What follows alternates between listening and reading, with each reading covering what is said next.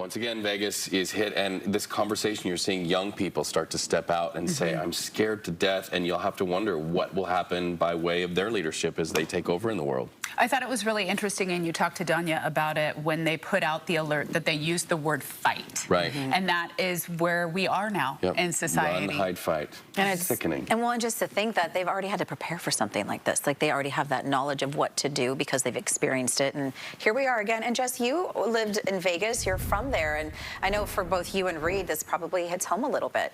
In a lot of ways it does. I mean, I remember coming home from college to actually attend a funeral from one of my friends who passed away during that shooting. And during that time in Las Vegas, it was really interesting to see the community come together in such a different way than I've ever seen it growing up there.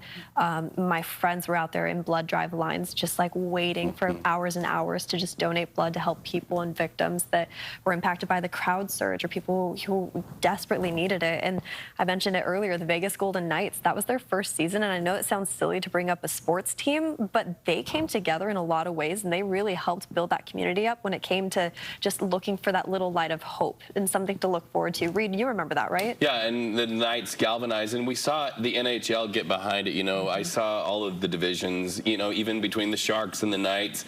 The NHL, as a big body of sports teams, stood forward and helped the Vegas Golden Knights to really galvanize that community response. It just reminds us, when things are tough in our world, people step forward and do good. Look for the helpers.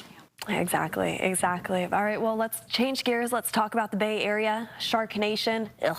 Anyways, let's take a look at what's going on for us right now as we wake up this morning and head out the door, starting off down into the Santa Clara Valley. We might as well start down there. Go Sharks, right? Here's what we're looking at as we take a look.